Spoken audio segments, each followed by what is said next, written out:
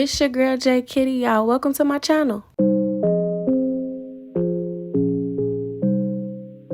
All of my exes, they play hella games. Not stroking, no egos, or saying none of their names. Ex number one, I had him sprung. His sex was amazing, but I liked his tongue. Ex number two, he was my boo. Smiled in my face, but this shit you don't do. Ex number three was crazy about me till he met Shantae, Jessica, and Bree. Ex number four, what more can I say?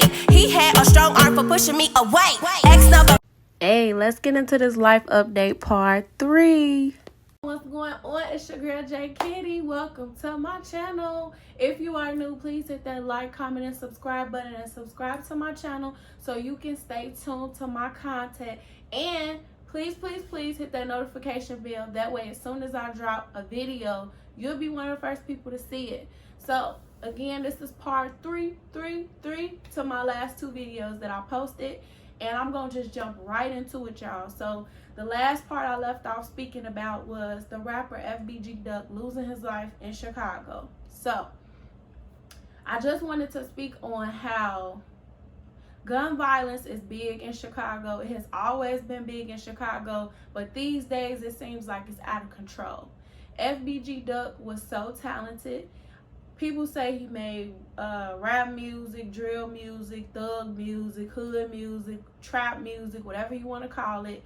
He was very talented, and it's just so unfortunate that his life was cut so short, and there's so much music that we potentially might not never be able to hear because he's no longer here to speak for himself, to promote his music. So I did notice that his mom had made a video, and she had got on the news, you know, and she was kind of going off on our mayor. Her name is Lori Lightfoot, if you don't know that. And his mother, FBG Duck's mother, was basically saying like Lori Lightfoot was slandering her son's name, calling him a criminal and calling him a thug, and she don't appreciate it, and she's seeking justice for her son.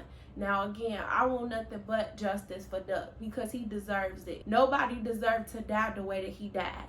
So we gonna touch back on that subject. I know most of y'all watch the news, and usually on the news you always see that mama getting on TV line saying her son was a saint and her son was such a great person, and she don't understand why nothing like this would have happened to him. His mother is not stupid. His mother know her son was a thug. He was.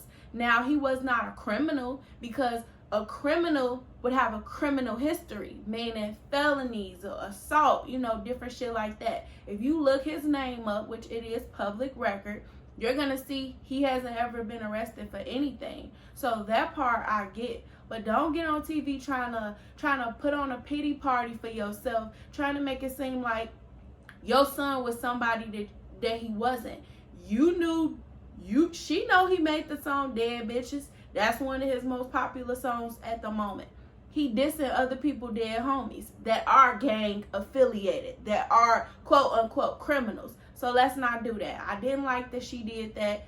That just made me feel like I needed to make a video. So that brings me back on what I really wanted to speak to you all about. Us as African American women, we have to take accountability for the roles that we play in our children's lives, especially our sons. In my opinion, if Duck would have left Chicago, he would still be alive to this day. He had way too many enemies here from his hood and from other hoods. He was into it with too many different rappers. And if anybody that knows Chicago, like you should know Chicago don't give a fuck about nobody. Chicago is full of hate. It's more hate in my city than love. So it's so unfortunate. If you all go back and look his name up, he did an interview. He basically said like he wouldn't leave Chicago. He gonna stay in Chicago forever because, you know, he was like basically referencing like Chief Keef and Lil Durk. You know, he was like them niggas was scared, or, you know, basically they let the hood niggas run them out of their city, and he not gonna do that. He gonna stand 10 toes down. That's basically what he was saying. Now again, I'm not saying completely that it's all his mother's fault, but the bulk of it is. because she should have showed her son a different environment. Children are a product of their environment. So half of these niggas that's out here selling drugs and on the streets doing what they doing, we can't really be mad at them. We gotta be mad at their mama. Cause guess what? They mama either gonna say, oh, well, his daddy wasn't in his life, his daddy was locked up. Okay, and even so, that's still the nigga that you chose to lay down with, and that's the man that you chose to be his father. He didn't get to choose his father, you did. Second of all, not trying to hear excuses. Everybody's so thirsty for this low income and this Section 8. Y'all letting the government control y'all household. Y'all letting the government dictate how y'all raise y'all kids. It don't make no damn sense. We all know, especially people that live in Chicago, most low-income apartments and Section 8 apartments is where? In real bad areas and fucked up neighborhoods where it's a lot of gang activity going on. Don't matter how many of them damn cameras that they put up, that ain't stopping shit. Had his mother took him out of the hood, even as he grew up, if she even influenced him enough to say, persuade him to leave, she should have said it. There's no reason why he signed a deal and he was still in Chicago, unprotected. There's no reason for that. My whole thing is, people always saying they give me my flowers while I'm here. He should have gave his mother her flowers while she was here. If he loved himself and he loved his children and his mother the way he would have did like the rest of the Chicago rappers and left Chicago. Because Chicago don't give a fuck about nobody, okay? So that goes back to that topic, you know. Us as women, I'm not judging nobody because I'm far from perfect. What I am getting on here to say is, if you gonna date a man that's a thug or a trapper, don't have no damn kids. Make sure it's just you by yourself. Because if you have a son, your son is watching everything your boyfriend or his daddy do. Just because that's his daddy don't make the shit right either. We have to be more real with ourselves and stop being unrealistic. If you are dating or you're in a relationship with a man who sells drugs, he got weed on him, he got pills on him, he got other shit on him, he got guns on him, he's shaking up all this gang shit, you know, calling bitch, you a hoe, this a thought, all this type of communication going on in front of your child. Please don't wake up one day and say, oh, well, my son ain't gonna be like him. My son gonna be better than him. My son gonna be an astronaut. My son's gonna be a doctor. My son's gonna be a lawyer. My son's gonna grow up and be an engineer. No, the fuck he not. He's gonna grow up and he's gonna be a trap nigga because that is the role model that you put in front of him. That's your fault. I'm tired of it. It's so irritating. I'm tired of people talking about Black Lives Matter and stop the violence. But the shit is going on right in our own neighborhoods, right in our own households.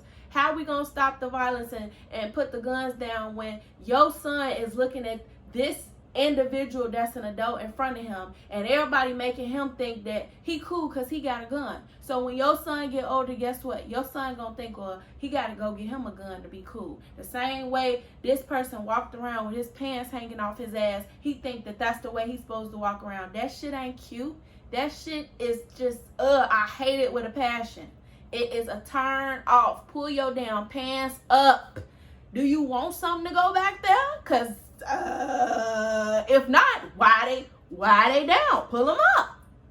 We women, we got booties and we don't sag. If we don't sag, you shouldn't be sagging. So that puts me on that topic. You know, again, I'm not blaming his mama because at a certain point in his life, he was allowed to do whatever he wanted to do. But again, I'm a firm believer and I'm tired of seeing all these mothers that want to preach about God this and God that. But you ain't telling your son about God though. God couldn't save your son from them bullets because you didn't preach enough to him to tell him to get his ass up out of this city. Like, we got to do better. We can't keep pointing the finger in all these other directions when we got to start looking in the mirror and taking accountability for ourselves. If we want better for our sons, if we want better for the next generation, we got to stop what we doing now. That hood shit, that trap shit, that thug shit, ain't nothing cool about it. Ain't nothing cute about it. Motherfuckers is dying every day. And I know for a fact my son won't be the next hood nigga. My son won't be the next trap nigga, because guess what? That's not the type of role model that I have in front of him. Children are a product of their environment. Remember that. So if we want to stop the violence and we want people to put the guns down, us as women, it starts with us. Most of the niggas, either they living with their mama or they living with their girlfriend or their baby mama. It's all the same shit. That shit is not cool. We gotta start saying that's not what's up. We not accepting that no more. You need to get your ass up and go get you a real job. Period. So that's enough on that topic. Also, y'all, I did want to say that I have had a change of heart, as far as music goes. I'm not trying to make it big. If God allows me to make it big one day, that would be a blessing. I would hope it would be independently, because ain't nobody got time to be selling their soul. But I know that I really enjoy making music. I really enjoy writing raps and writing rhymes and, writing hooks, like jumping on the beat and letting the beat talk to me. That's something that I enjoy. So I'm not going to allow my mental health to dictate how I move with my life. I'm going to take control, and that's what I'm doing. So I have been writing, y'all. I do have some music that's coming soon. I'm not going to put a time frame on it, because I'm not in competition with nobody. I'm just trying to be J Kitty. I want to put music out there for people that's regular like me. If you like what I say, if you want to learn my raps, cool, But I just want to encourage and influence other people. And if something that I say in my music can help you have a better day or lift your spirit, then my job as an artist is done. My dream is to be somebody that's opening up for Summer Walker or Nicki Minaj or Cardi B or Megan Thee Stallion. You know what I'm saying? My goals are not as big as most people's goals. I keep it short and simple. If you are somebody that's struggling from any form of mental health, whether it's anxiety, depression, bipolar, schizophrenia, whatever your diagnosis was, don't allow your mental health to dictate your life. You dictate your life. Lastly, I wanted to touch on and speak about is God. I know some people believe in God, some people don't believe in God.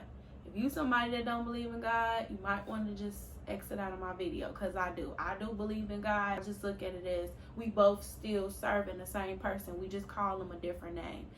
With everything going on now, y'all, I just want to let y'all know that God is trying to get your attention. And you need to not lean to your own understanding. Focus on getting the answers from him. Focus on building a better relationship with God now, because we don't know what's going to happen tomorrow or the next day or the next day. Thanks for watching my video. More content coming soon. Please do me a favor. Follow me on SoundCloud, Snapchat, and Instagram at jkitty.theartist. And follow me on Twitter at jkitty542666848. Thanks.